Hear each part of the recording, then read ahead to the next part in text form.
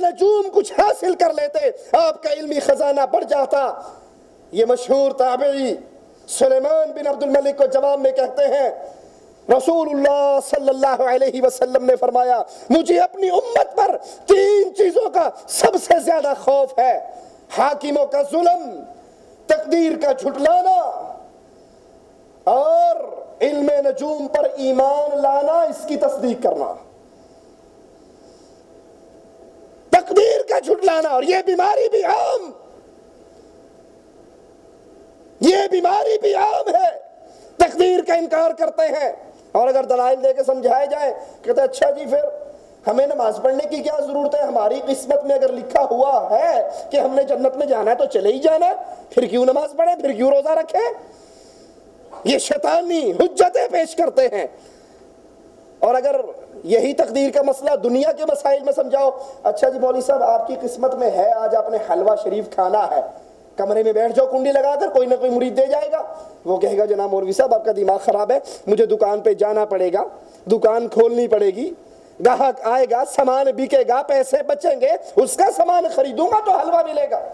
دنیا کے بارے میں وہ تقدیر کے جھوٹے سہارے جو شیطان سکھاتا ہے کبھی دنیا کے مسئلے پہ نہیں سیکھتے۔ وہاں محنت بھی ہے، وہاں کوشش بھی ہے، وہاں جد و جہد بھی ہے، لیکن جب معاملہ دین کا آتا ہے تو کہتے ہیں تقدیر میں اگر جنت میں ہوا تو چلے جائیں گے، نماز پڑھ کر کیا ملے گا، چھوڑو نمازوں کو۔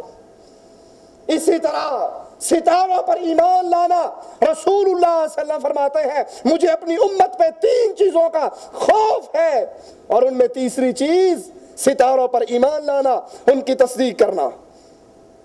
حضرت انس فرماتے ہیں رسول اللہ صلی اللہ علیہ وسلم نے فرمایا مجھے اپنے بعد اپنی امت پر 2 خطرے ہیں، ایک تقدیر کے جھٹلانے کا اور دوسرا علم نجوم پر ایمان لانے کا۔ آج بھی اچھا بھلا پڑھا لکھا آپ دیکھو اس نے انگوٹھی پہنی ہوگی، اس میں کوئی پتھر ہے، جی یہ پتھر کیوں پہنا، جی یہ پتھر جو ہے نا میرے ستارے کے مطابق ہے، ہم نے اخبار جہاں میں خط لکھا تھا، انہوں نے ہماری تاریخ پیدائش لے کر بتا دیا کہ آپ کی تاریخ پیدائش کے مطابق آپ کا فلاں ستارہ ہے، آپ فلاں پتھر پہنو گے تو فائدہ ہوگا، فلاں پہنو گے تو نقصان ہوگا۔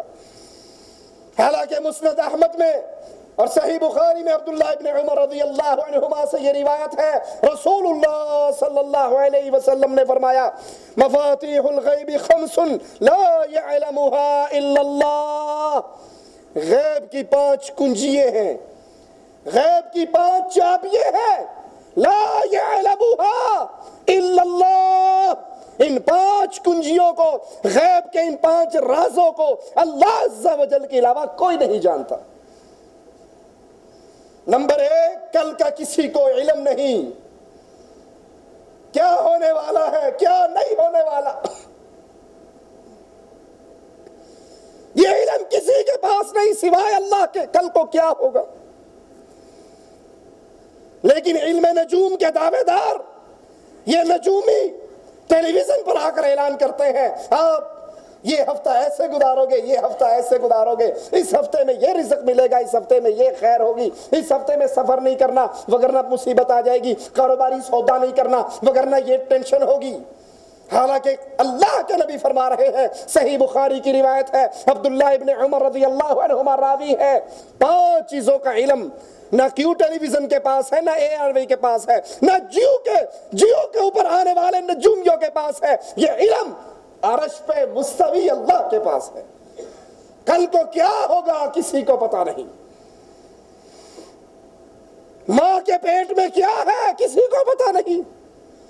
آپ کہو گے مولوی صاحب آپ عجیب بات کرتے ہو، ہم ڈاکٹر کے پاس جاتے ہیں وہ الٹرا ساؤنڈ کرتا ہے، وہ الٹرا ساؤنڈ کر کے بتا دیتا ہے دوسرے مہینے کے حمل کے اندر ہی آپ کے ہاں بیٹا ہوگا، اور واقعی بیٹا ہوتا ہے، آپ کہتے ہیں کسی کے پاس نہیں۔ تو ہم کہتے ہیں بھائی آپ الٹرا ساؤنڈ کرنے کی زحمت کیوں کرتے ہو، چھری لے کے پیٹ پھاڑ کے نکال کے دیکھ لو کیا ہے۔ الٹرا ساؤنڈ والا بھی تو ایک مشین لگا رہا ہے نا، وہ بھی ایک ذریعے سے دیکھ رہا ہے، تو چھری بھی ایک ذریعہ ہے، پھاڑ کے نکال کے دیکھ لو آپ کو پتہ لگ جائے گا کیا ہے۔ ماں کے پیٹ میں کیا ہے بغیر ذریعے کے، بغیر واسطے کے، ابھی وہ اس میں روح پیدا نہیں ہوئی، ابھی وہ نطفہ نہیں بنا، مالک کو علم ہے اس کے گھر میں کیا ہونا ہے۔ یہ غیب کس کے پاس ہے؟ یہ پیروں کے پاس نہیں ہے کہ تعویذ دیتے ہوئے کہہ دیتے ہیں ایدے کرتی ہی ہوئے گی، اگلے دروازے پہ کہتے ہیں نہیں منڈا ہوئے گا، انہوں پتا کچھ نہ کچھ تو ہوئے گا نا، ایک گھر میرا مرید نہ بھی رہا تو دوسرا گھر تو پکا مرید رہے گا۔ ماں کے پیٹ میں کیا ہے، غیب کی خبر بغیر واسطے اور وسیلے کے اس کا علم کسی کے پاس نہیں ہے۔ اللہ عز و جل کے علاوہ کسی کو علم نہیں۔ بارش محکمہ موسمیات والے اپنے آلات کے ذریعے، واسطے اور وسیلے کے ذریعے گمان کر لے، حالات کو دیکھ کر، بادلوں کو دیکھ کر، رطوبت کو دیکھ کر، ذریعہ استعمال کر کے وہ اس میں داخل نہیں ہوتا۔ اور اکثر ایسا ہوتا ہے کہ جو وہ کہتے ہیں معاملہ اس کے الٹ ہوتا ہے۔ ہم نے ایک دفعہ اخبار میں ایک کارٹون دیکھا، محکمہ موسمیات نے کہا تھا یہ پورا ہفتہ خشک رہے گا، اور وہ اخبار پڑھ رہا ہے، اس کے اوپر چھتری اور دھما دھم بارش ہو رہی ہے۔ یہ قطعی علم بارش کب ہوگی کس کے پاس ہے؟ اللہ عز و جل کے پاس ہے۔ کسی انسان کو یہ علم نہیں کہ اس نے کس زمین پہ فوت ہونا، یہ علم کس کے پاس ہے؟ کون کہاں مرے گا یہ کسی کو پتا۔ جھوٹ بولتے ہیں جن کا یہ دعویٰ ہے ہمارے پیر صاحب کو تو پہلے ہی پتا تھا مرنا ہے نہیں مرنا، کب مرنا،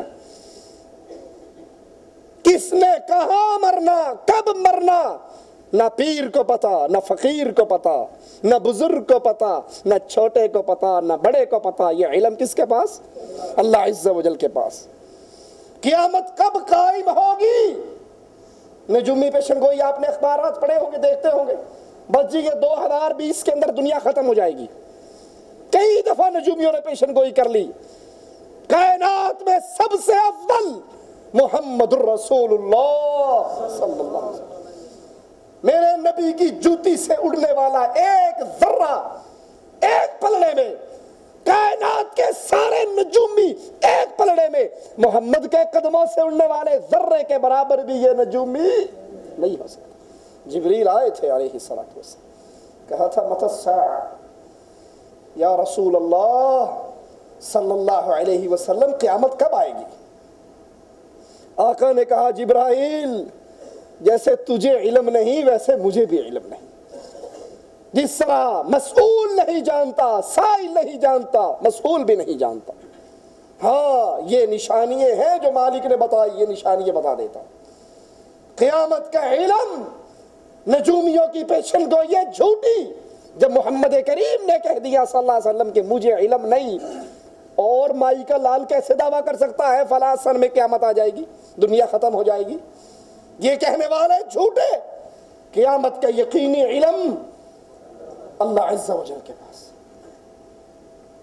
حضرت عباس بن عبد المطلب رضی اللہ عنہ وارضاہ سے روایت ہے، رسول اللہ صلی اللہ علیہ وسلم نے فرمایا جزیرہ عرب کو اللہ عز و جل نے شرک سے پاک اور صاف کر دیا، یہاں تک کہ علم نجوم ان کی گمراہی کا سبب بنے۔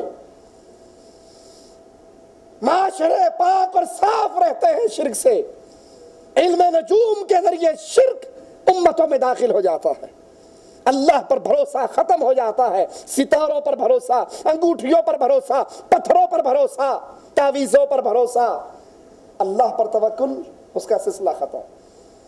حضرت عباس کہتے ہیں رسول اللہ صلی اللہ علیہ وسلم نے فرمایا جزیرہ عرب کو اللہ عز و جل نے شرک سے پاک کر دیا، یہاں تک کہ علم نجوم ان کی ہلاکت کا سبب بن جائے۔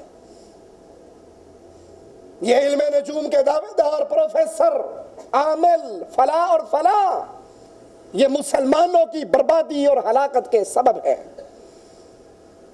اس طرح کی اور بے بہا احادیث اور صحابہ کے آثار ہیں جس میں علم نجوم کے باطل ہونے کی دلیل ہے۔ نجومی اپنے علم نجوم کے لیے ایک اور دلیل پیش کرتے ہیں۔ ابراہیم علیہ السلام کے بارے میں انہوں نے کہا فَنَظَرَ نَظْرَةً فِي النُّجُومِ فَقَالَ إِنِّي سَقِيمٌ۔ ابراہیم علیہ السلام نے ستاروں کو دیکھا، ایک نگاہ ستاروں پہ ڈالی اور کہا میں تو بیمار ہوں۔ تو نجومی دلیل لیتے ہیں کہ ہاں یہ آیت علم نجوم کی صحت پر دلیل ہے، حالانکہ یہ بہت بڑا جھوٹ ہے۔ ستاروں کو تو سارے مسلمان دیکھتے ہیں، سارے انسان دیکھتے ہیں۔ ستاروں کو دیکھنا، ستاروں پر